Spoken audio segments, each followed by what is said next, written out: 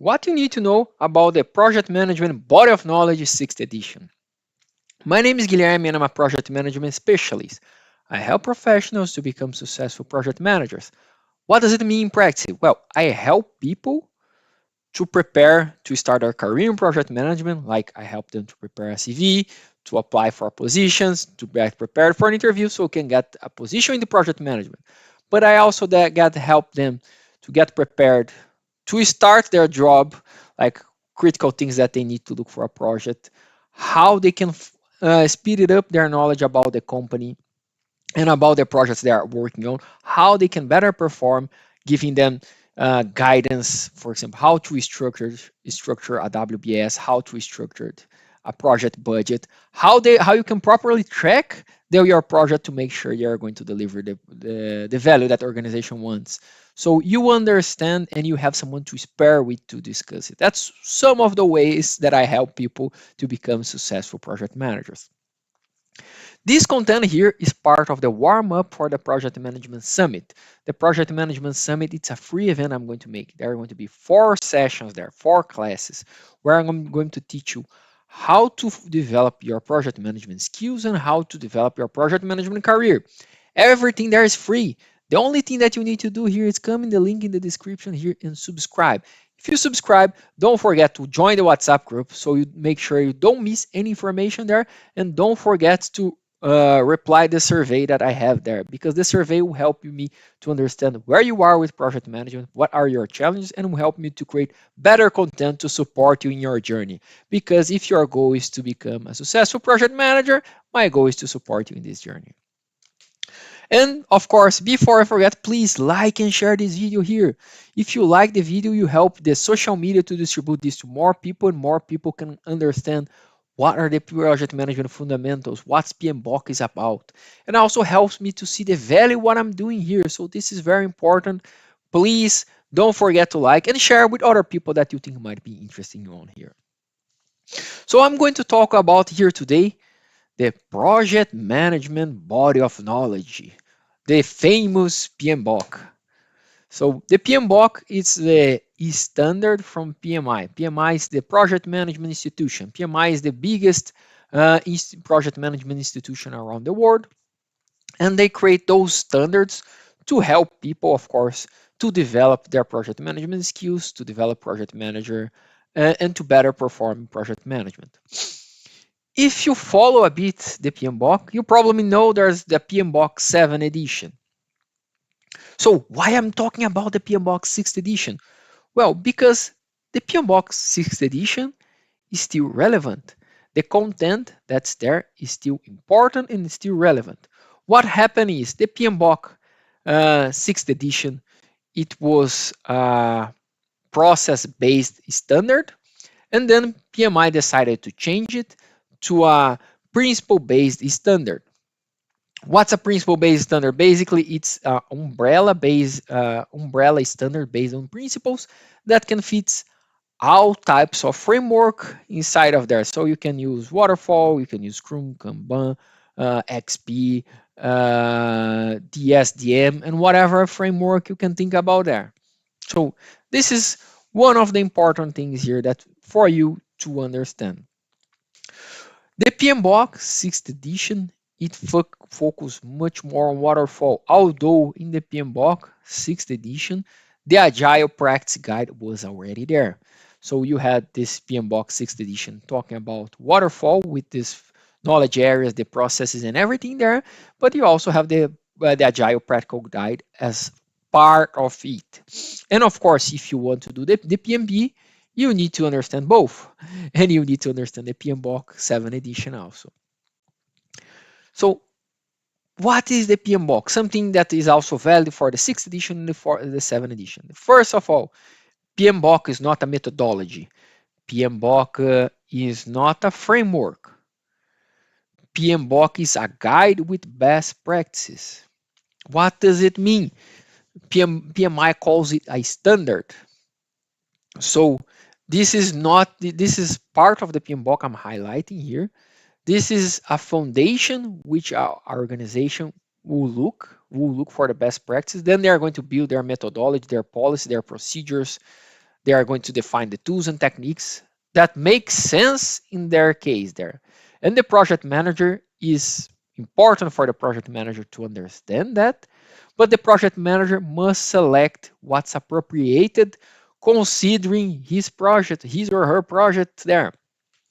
This is very important because if you see people saying, I'm doing PMBOK, if someone tells you that, the first thing that you can know that they do not know what's PMBOK.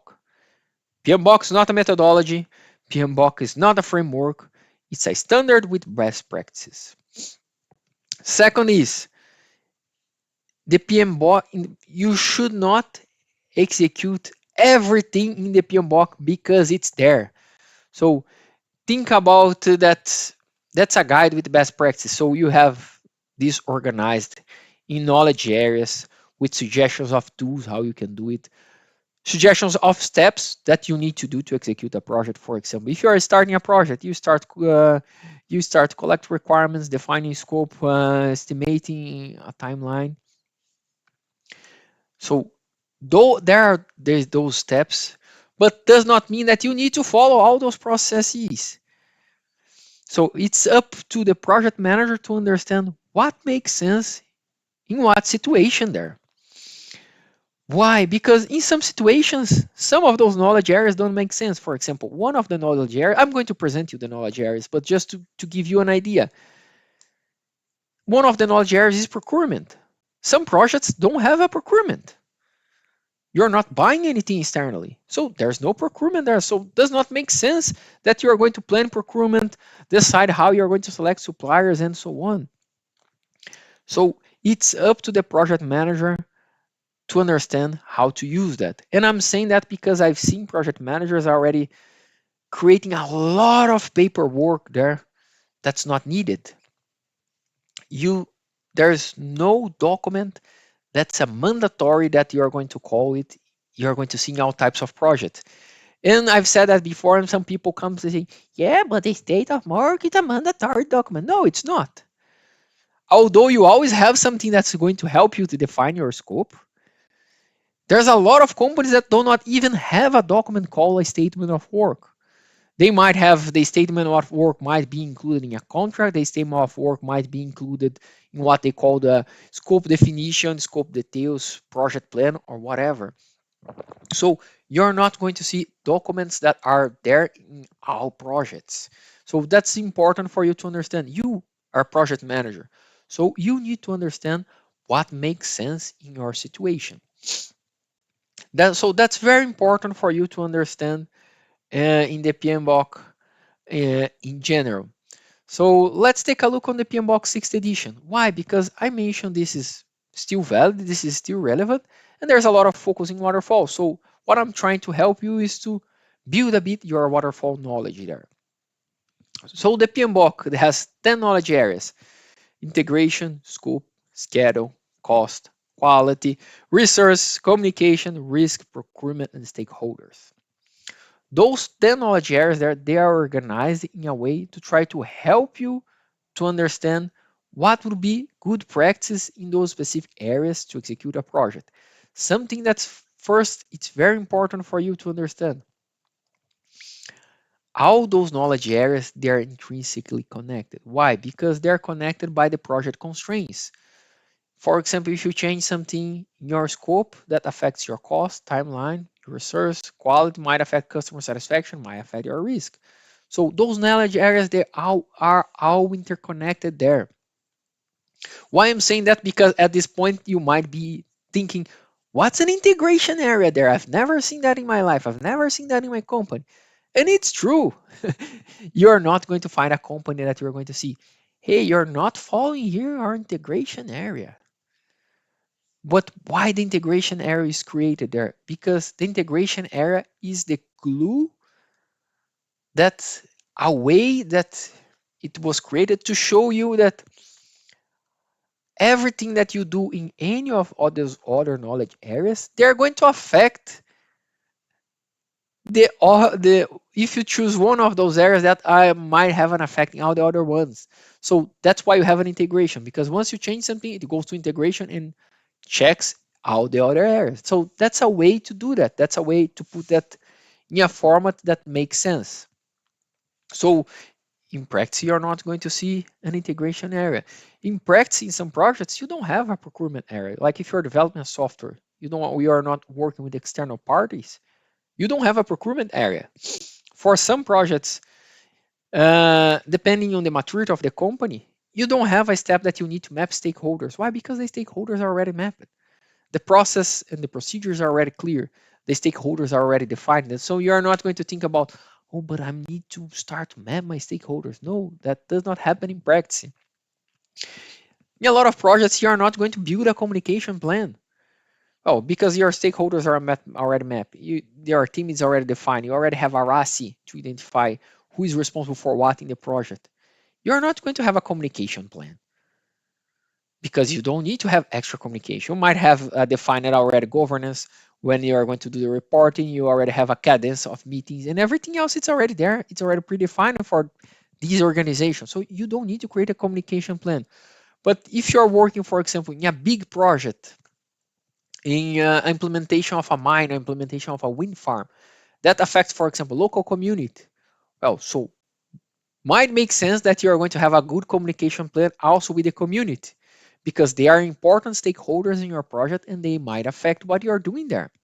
So this is important for you, but projects might not be there.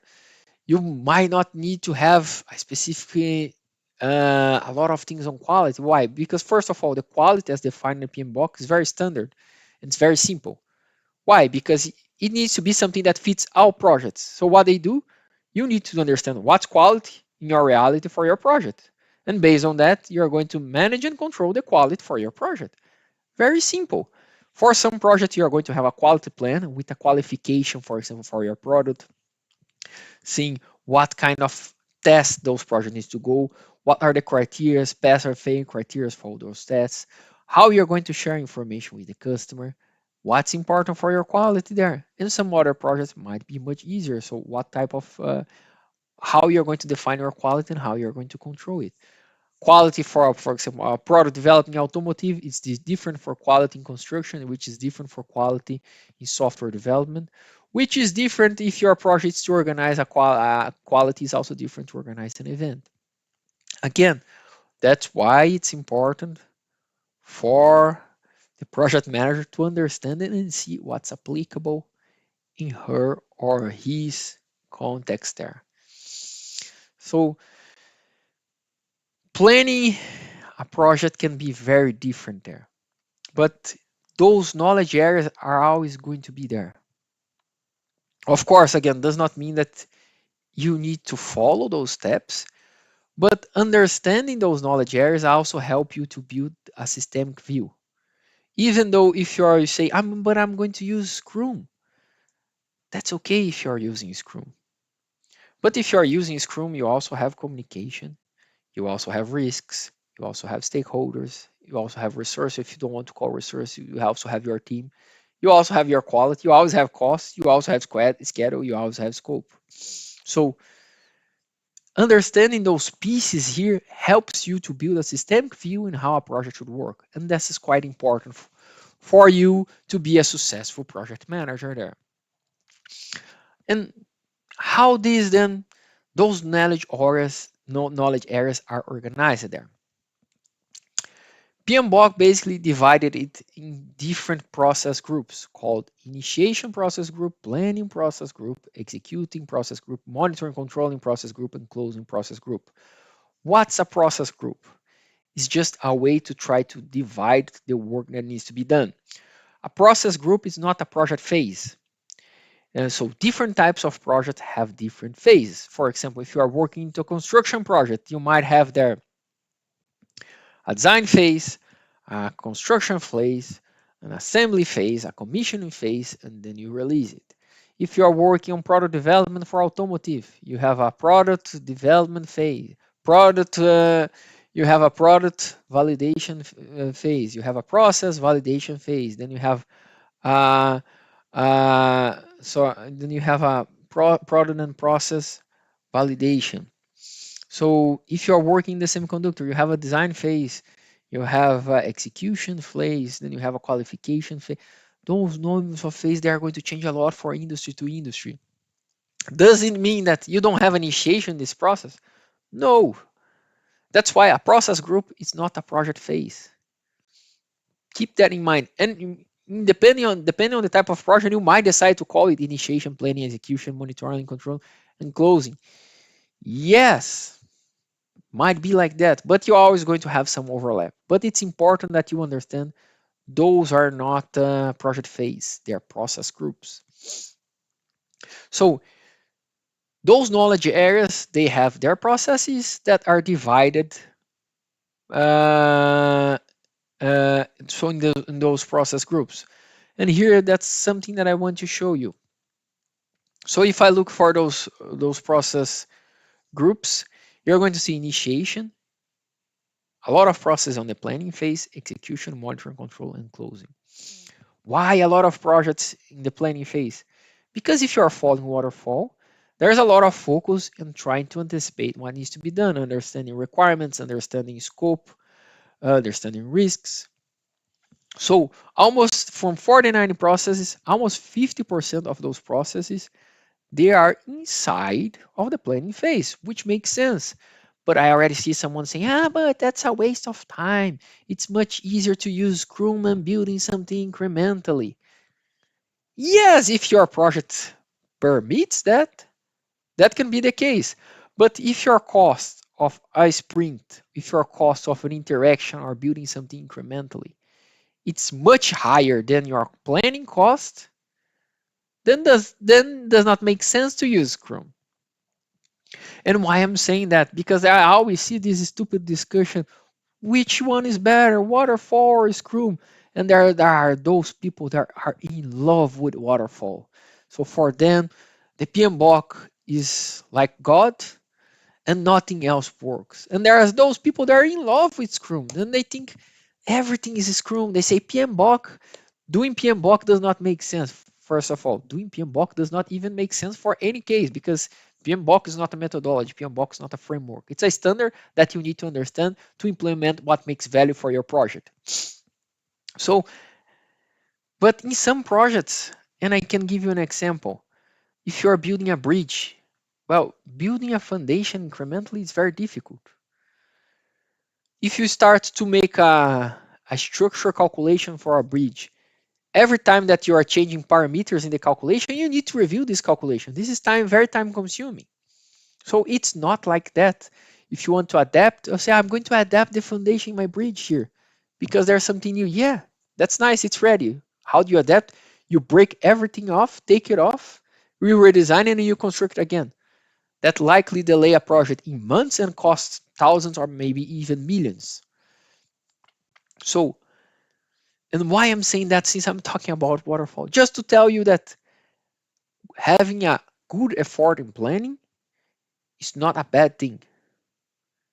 But also, it does not mean that's not necessarily a good thing. That's why waterfall and agile, they have different application for different case. So coming back to the PMBOK again, and it's your job as a project manager to understand what makes sense in your reality, considering your type of project, your industry, your company, and the constraints that your project has. So this is very important here. And but why the PMBOK is there? PMBOK is there to help you with tools, techniques, concepts, and best practices. So coming back to the process groups here, there's a lot of focus on the planning phase. And of course, that's what you can expect of, right? You're following waterfall here. So there's a lot of focus in understanding requirements up front. And basically, PMBOK, it's very simplistic in the initiation and the closing. The initiation and closing of a project will be different for all types of organization. And before someone comes here, the people in love with the PMBOK here come saying, but you need to have a project charter. No, not all companies have a project charter. And from all the companies I've worked on and all the projects I've worked on, I've been doing that for since 2009. So that's a long time already. None of the companies I've worked on, they had a project charter. They had a different type of document to initiate a project. In some companies, the project was officially initiated when a contract was signed with a customer. In other companies, we had initiation gate to go there. Some other companies, they do not have something so official, and then a project chart would be a nice thing to have. But why I'm telling that again, companies are different. PMBOK has its value. The idea of a charter has its value there, but not because you see that for initiate a project, you have a project chart as a suggestion from PMBOK. You should go that for there blindly. Remember, your goal as a project manager is to deliver value.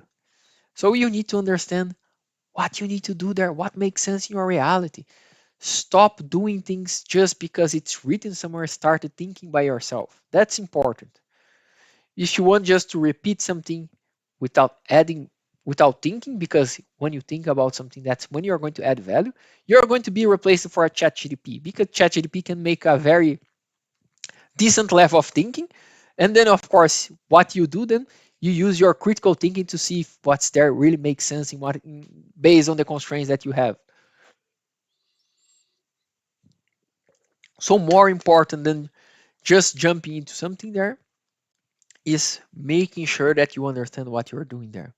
So those knowledge areas, they are organized there in those steps, focusing a lot of planning, because that's what you do if you're following waterfall, because that's what you need to do if you're following a project that makes sense utilizing waterfall. But again, does not mean even if you're following waterfall that you need to use those 49 processes. In some case, you might not buy anything from outside of a company, even if you're using waterfall. Then you don't need to use anything from the procurement. The stakeholders might be already aligned, so you're not going to create a stakeholder management plan. So, or that's already defining a procedure, so you don't need it. But it's very nice that you know those steps, that you know what kind of things that they are saying those knowledge areas, because that helps you to understand how a project goes in practice. For example, let's take an example of the time here. I can show you the processes that you have for where is it, to build a timeline. That's the one. What do you do? So you have your WBS, you define the activities that you need to execute each deliverable that you have in your WBS. Then you sequence those activities in a way that they are interconnected, if they are dependent or not. Then you estimate those activities duration, so you have your first draft timeline. It's easier and helps you to simplify when you look like that. That's why the PMBOK has its value. But for people that have never opened the PMBOK, they just say, "No, this is a waste of time. It's too much paperwork." The reality is they do not know what's PMBOK, and they do not know what's PMI. They do not know what's waterfall. Chances are that they might not even understand what's agile, what's Scrum, what's Kanban. But that's why I'm bringing this view for you here. It's nice to see things organized in that way. If you think, oh, that's the best way to be organized like that, honestly, I have different ways to organize it. Yes, if you look for Prince 2, they organize this in a different structured way. If you ask me, do you like more the PMBOK 7 edition because it's now principle based? Yes, it's much nicer, and it gives much more focus to the idea. See, people, you need to understand what's value. But still, understanding the sixth edition, it helps you in this systemic view that you need to build on.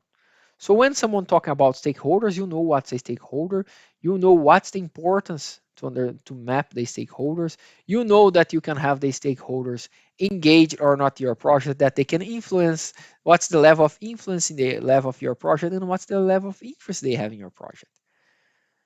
And this is something interesting to understand if you are to build your systemic view. Not that you are going to need to understand this every time, that you are going to need to map it every time. No, but understand why you do that and how you do that. It helps you for a situation. Say, okay, I have a you might have a very complex project, for example, to implement a wind farm. Depending on the area, there's a lot of people, a lot of stakeholders there. Then you say, Now I need to have a good process to map those stakeholders to understand where they are in the project, how they can affect my project, how they can influence my project. Based on that, of course, you're also going to develop a communication plan to make sure you get the best support as you can from the stakeholders, or the best level of engagement that you can in this case. So not knowing that, and I'm not telling you that you need to know all the knowledge areas by heart. You don't need to know all the process by heart. If you ask me, I also don't know all. If you ask me to tell all the process, the 49 process, the chances are I do not remember everything, because in practice you don't need to remember everything. No one's going to ask you, oh, but what's the process is 6.2. No one's going to ask you that. That's not real life. In real life, you are not going to see even mentions on PMBOK in a company, and even from Prince 2. Because project management is project management. Although Prince 2 organized things in a way, project management organized things in a different way, PMBOK organizing a different way. First of all, they're not conflicting and they're not excluding it. And companies they are not interested on PMBOK, on Prince 2, on knowledge areas. What the company is interested on? Value delivery. If you say that you can deliver value using the PMBOK following waterfall with some process and tools that you can find in the PMBOK standard, everyone will say, nice, go ahead and do it. I want to see the value. If you say that you deliver value using some tools that you see in Prince 2, beautiful, they are going to like that. If you say you deliver value using Scrum, nice. But if you don't deliver value, no one cares if you use PMBOK. No one cares if you are looking on Prince 2. No one cares if you are following the Scrum guide, because the focus of our organization is value. So that's why I mentioned that there's those people that they fall in love with waterfall, they fall in love with Prince 2, they fall in love with PMBOK, they fall in love with Scrum. In the end, that's bad, because it starts to create a lot of blind spots for you, because you are too much in love with Scrum. Then if you are putting a situation where Scrum is not going to work, you are going to try to make it work. And I can tell you, some situations will not work. Some situations trying to follow Scrum, it will be much more expensive for the organization. And again, because when I talk about Scrum, a lot of people say, yeah, but about leadership, being a true leader, empowering your team, self-organizing your team. What you need to understand, leadership did not started with Agile. Leadership did not started with Scrum. So good leadership also needs to happen if you're following waterfall. Good leadership, good culture, team culture, good organizational culture also needs to exist if you're following waterfall. It's not because you're following waterfall that you're not going to talk with your team members. Because if you're following waterfall, you are not seated like in the Iron Throne, just telling people what they need to do. This is very important that you understand that leadership did not start with Agile. Leadership did not start with Scrum. So good leadership, empowering your team, making sure that you are building a high performing team. Things that you would focus in making sure that you have collaboration with your team, transparency with your team. If you're following Scrum, you also need to do it. If you're following waterfall.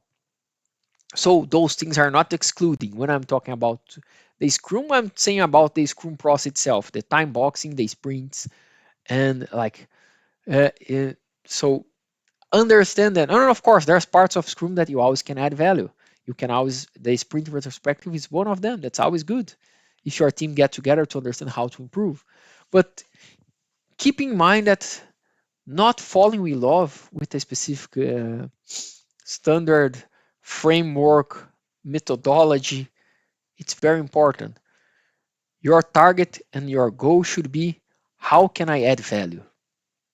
Then you look for all those things there and you think about how you can add value. Then it starts to make sense. This is what's going to matter in your career. This is what's going to make you to be successful. This is what's going to make you to grow. Is thinking about how you can add value in what you're doing there, how you can deliver the value for your team, how you can deliver the value for your project, how you can deliver value for your organization there. Don't forget to like and share this content here to make sure that it can reach more people can understand that PMBOK is not a methodology. More people can understand more about project management. Also, if you hit the button, like it, and share this video, you help me to understand the value from what I'm doing here to what the value from what I'm doing here for you to you here. It's very important. And make sure you comment here in the video, I got it. Why? I'm trying to understand that if my communication here is good. And the only way I can confirm that my message was delivered if you tell me back. I need some feedback from you, say, okay, I got your point. Or of course, if you have questions, you can ask your questions. Don't forget also to follow me because every week there is new content there. Every week there's more content on YouTube, but also on Instagram. On Instagram, I also share smaller daily content that it's easier to digest. And also there's a Q&A box open and you can ask all questions every day about project management. I'm here to support you to develop your project management skills. And don't forget, subscribe for the project management journey. 4 classes that I'm going to help you to build your career. Everything is free. Don't miss it. The content will be available only during this week, the content, the exercise, and the extra material. So make sure that you don't miss anything. Thank you and see you soon. Bye.